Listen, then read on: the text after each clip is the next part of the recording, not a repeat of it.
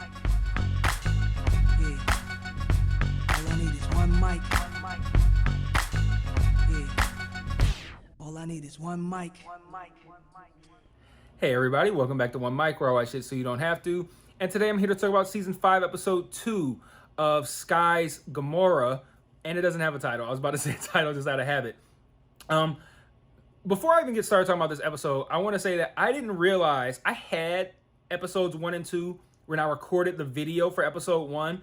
And my plan was to, at some point during the week in between November 19th, when the show premiered, and November 26th, when I assumed episode 2 was going to come out, that I would watch episode 2, do a video, and put the episode out on Friday the 26th, and that was going to be that. And that's how I kind of wrapped up the episode 1 video. Then I realized they're putting out 2 episodes a week. So I didn't have to do that. I could have recorded both at once and put both videos out at once if I wanted to. I don't know. But once I figured that out, I figured out, well, one, this is not going to be running for very long because I believe it's only 10 episodes. So that's only 5 weeks that this is going to be on. So I better enjoy it. But that also lets me know that I don't have to kind of like sit on episodes like that. So I'm putting out episode 2. Today is Wednesday, November 24th. It's the day before Thanksgiving here in the United States. I'm probably, this is what I really want to do is try to watch episodes 3 and 4, which I'm just going to be honest, I got them already. Episodes 3 and 4, and record the videos for those. I don't know when I'd watch them. Ideally, I want to watch one or both today and put the videos out, put out episode 3 tomorrow on Thanksgiving and episode 4 on Friday. That's my plan. That's my goal. I don't know if I'm going to do it, but that's what I want to do. So you can expect, at the very least, you're going to get videos for episodes 2, 3, and 4 semi back to back. They might not be on consecutive days, but it'll be something close to that. So the episode, normally when I do videos, I take notes. And I still take notes, but I take notes while I'm watching. I reorganize the notes into something that's a little easier to discuss when I'm doing the videos. It doesn't require too much writing. I can glance over at my notes and go, okay, that's the next topic I want to talk about, kind of like freestyle it. But I still have a system, right, that I do with notes.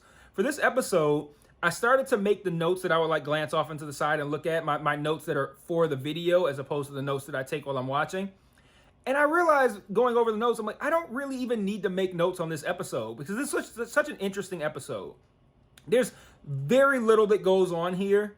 It's not very complex at all, but it's wildly interesting.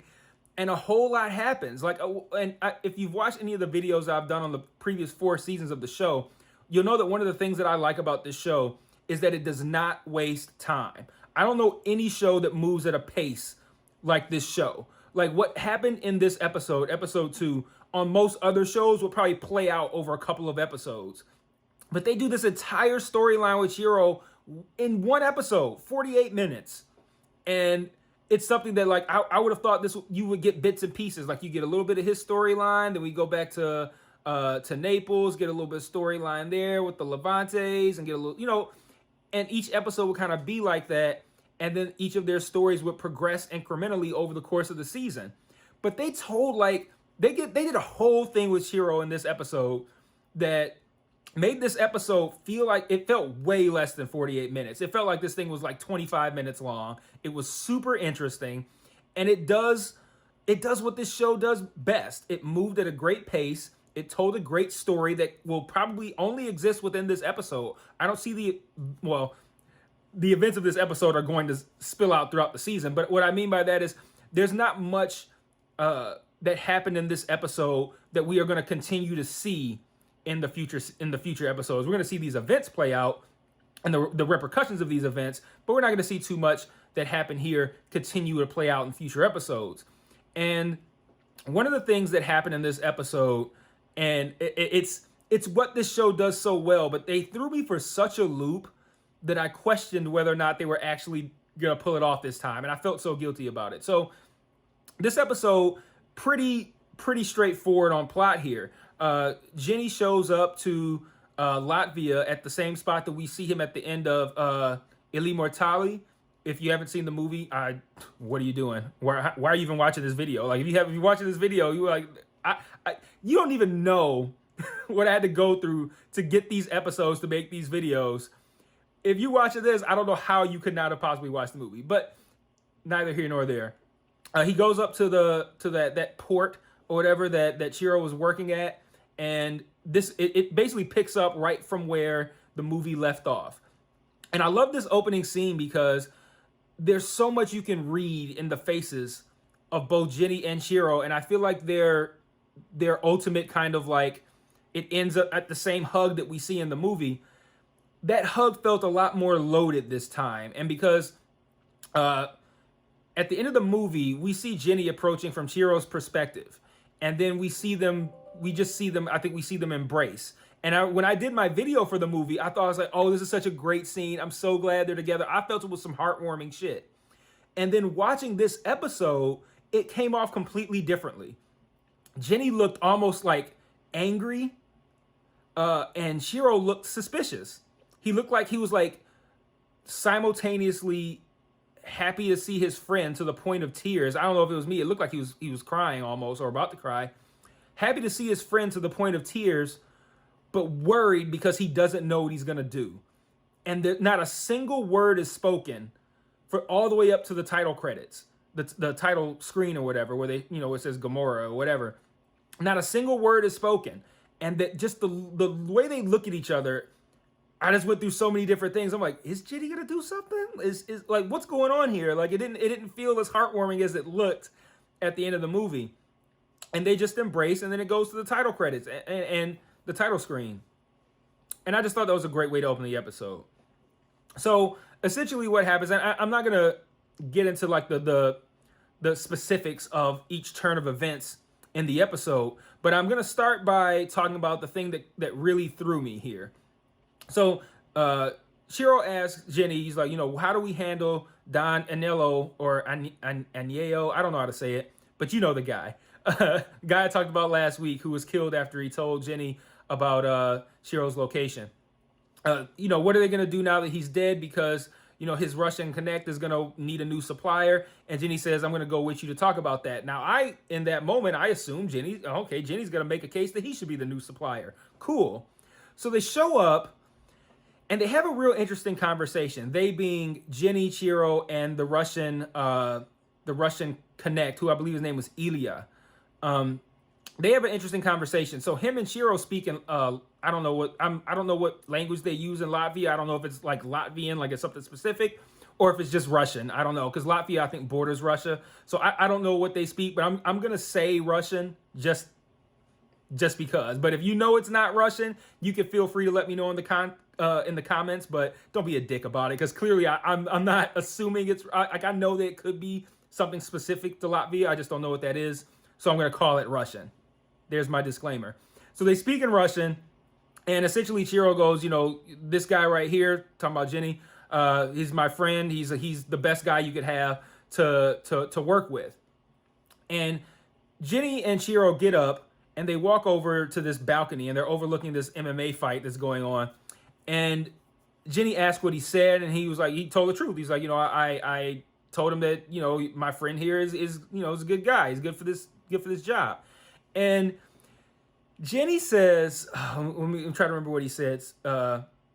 He talks about friendship, and he talks about them being friends. And he says something like, if a friend cheats on you, are they still a friend? Or something to that effect. And Chiro says, I've never betrayed you. And in my notes, immediately, I was kind of like, the scar on Jenny's face kind of says otherwise, but it's up to you whether or not you want to look at that as a betrayal, because you look at it like, okay, who started the shit first? But that's neither here nor there. So then right after that, they leave this place. I'm assuming it's like a casino or something like that, or like a hotel. They leave this place. Everybody gets killed except Chiro and Jenny. And Chiro is like kidnapped, and Jenny's just standing there looking like he's kind of like, I don't want to say freaking out, but kind of freaking out. It looks like he's having like a miniature panic attack almost. And then later it looks like he has an actual panic attack. But I was really confused. I'm like, wait, why did everyone get killed except Chiro and Jenny? Why was Chiro captured? Why is Jenny just left here alone? Like, what is going on here? And I was so confused by this that in a moment of weakness, I thought that they were not gonna. I was like, this might be the first time that this show does something and doesn't explain it well. Because I'm like, I feel like there's got to be I should be able to guess what's happening here. And I have no idea what is happening here. And I was like, I don't know if they're gonna fuck this up. Like, are they gonna explain this in a way that makes sense? Is this gonna be the first time this show is gonna drop the ball on doing something that doesn't make sense and then explaining it later to where you go, oh, which is what this show is the absolute best at. They do it damn near every episode now. And never disappointing. Not only do they explain it right away. And that's, again, when I talk about the pacing, that's what I love about this show. This could have been something where they kind of like really slow move this, where it's like it builds out a little bit over time. But they explain this right away. And I love how they did it. So Chiro's taken to a gulag, like a Russian like cell underground. And they take, and this is how I figured out what was going to happen, by the way. I'm going to talk about this in a moment. They take his belt, his chain, and his ring. Now, I don't know why they took his ring, but when they said belt and chain, it made me think they wanted to take away things that he could strangle himself with. Why else would you take that? But then I was wondering, like, why would they leave him with his like jacket and stuff like that and his coat? Like I feel like you would put him in some different clothes or make him not wear any clothes. I don't know, but at the very least, if you're trying to stop him from having things that he could strangle himself with, you should at least take the jacket too, right? But I thought that in the moment. But they take him to this gulag, whatever. They lock him up.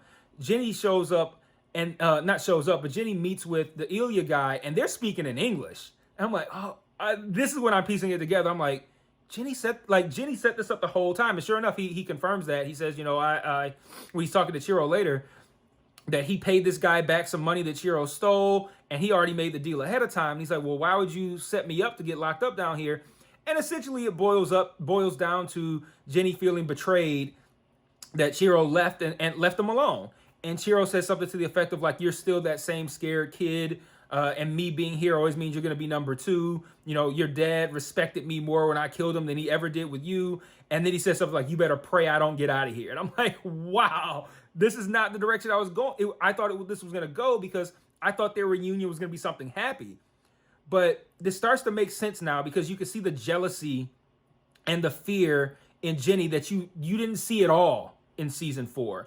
And he says that Chiro's death killed him. And he does turn into a different guy for most of season 4, trying to go straight.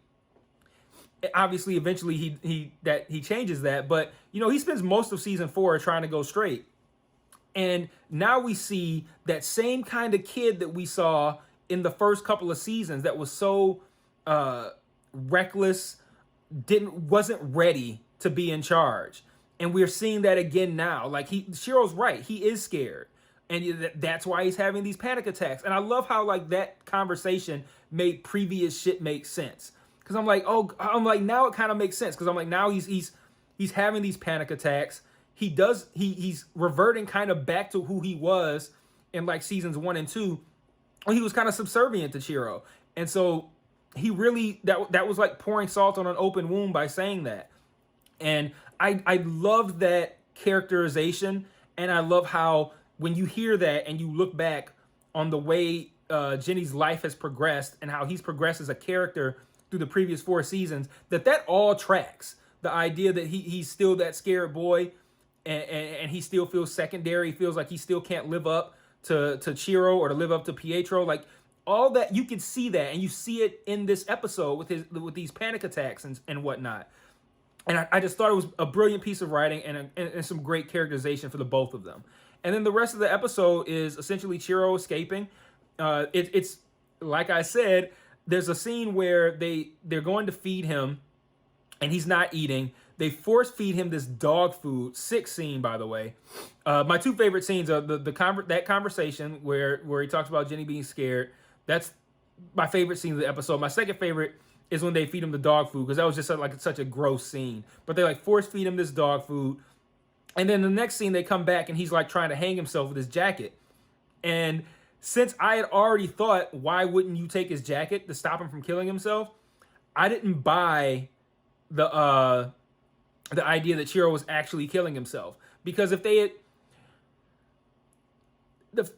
really wanted to remove the possibility of him killing himself, they would have taken the jacket. And I'm talking from the perspective of the writers. Like the writers would have been like, take his jacket too, or something like that. So I looked at that as purposely they left the jacket there, and that meant to me that it was going to come into play later. So when I saw him being choked by the jacket, my first thought was he's faking it, and then when they come in to quote unquote save him, he's going to get out. And that's exactly what happened. He was faking it. Then they came. It was a brilliant piece of analyzation on my part. I'm gonna pat myself on the back there, but that just comes from all the shit that I've watched over time. You can kind of like figure that kind of stuff out. But he uses that to escape. He hops in he runs through the woods. They got dogs chasing after him. He hops in this rowboat and he rows across this river and he ends up at this house. And these people, they let him in, they feed him, and then we see the headlights pull up, and he knows it's the Ilya guy, and they're there to looking for him, sure enough. And this guy just comes in, he's ready to okay, search their house. Like, he's not even having conversations with the homeowners. And really cool scene, one of his henchmen goes to open the door of the house and gets blown 30 feet across the yard with a shotgun. And Chiro's hiding outside underneath a car or a trailer or something like that, and shoots everybody else. They kill all these guys in a matter of 3 seconds. It was pretty cool. And then Chiro, one of the guys that lives at the house, gives him a ride to, I think, looked like back to the same place where he worked at, where he met up with Jenny. He opens up a safe or something and digs behind some things and pulls out a big giant duffel bag with money in it, gives the dude some of the money, and he goes, "Where are you going to go now?" And he's like, "I'm going to go find a friend." And I'm like, oh man, this is going to be crazy, because I'm thinking, because now things are way different than I thought they were going to be after episode 1. I did say that episode 1 was going to wrap up a lot of the season 4 dangling threads and set up the rest of this season. And I was right about that. But I was wrong in that I thought it was going to be Jenny and Chiro versus everybody. And it's not going to be that. It's going to be possibly everybody versus Jenny. Because now we know, okay, Chiro's going to come after him because, why would you not? He's got a reason to live now. Why would you do this to somebody? And speaking of which, that scene where they had that conversation, it was really another dope line in that was when Jenny was telling him, you're going to have to live here every day, and they're going to determine what you eat and when you sleep, and you're going to have to think about all the people who've died because of you, including me. And, that was a dope part of that speech as well. But we know now that Chiro's going to be coming after Jenny. I'm still waiting for and assuming that Enzo is out there and is going to be a factor as well, even though we don't see him in the preview for episode 3 either. And then there's still remaining living Levantes who are out there, who are still going to be coming after him as well, especially after he killed Flanders. They're definitely going to really be looking for him. And then I feel like there still needs to be some resolution with his wife and his son too. So it really looks like it's going to be Jenny versus everybody, because the wife is saying he's not going to come back. We know the Levantes are coming after him. We know Chiro's now going to be coming after him. And I'm telling you, at some point, Enzo's going to be reintroduced, and he's probably going to be coming after him too. So, good show. Very simple episode, but still complex with layers and character analyzation that you can do based on some really cool lines and really cool scenes. So, great episode. Like I said, my hope is to be back with a video for episode 3 tomorrow on Thanksgiving and episode 4 on Friday, but we'll see. I'm going to try to watch at least one of them tonight. I don't know how that's going to work out, but however it works out, I'll see you guys, I don't know, tomorrow, Friday, but very, very soon with videos for episodes 3 and 4. Peace.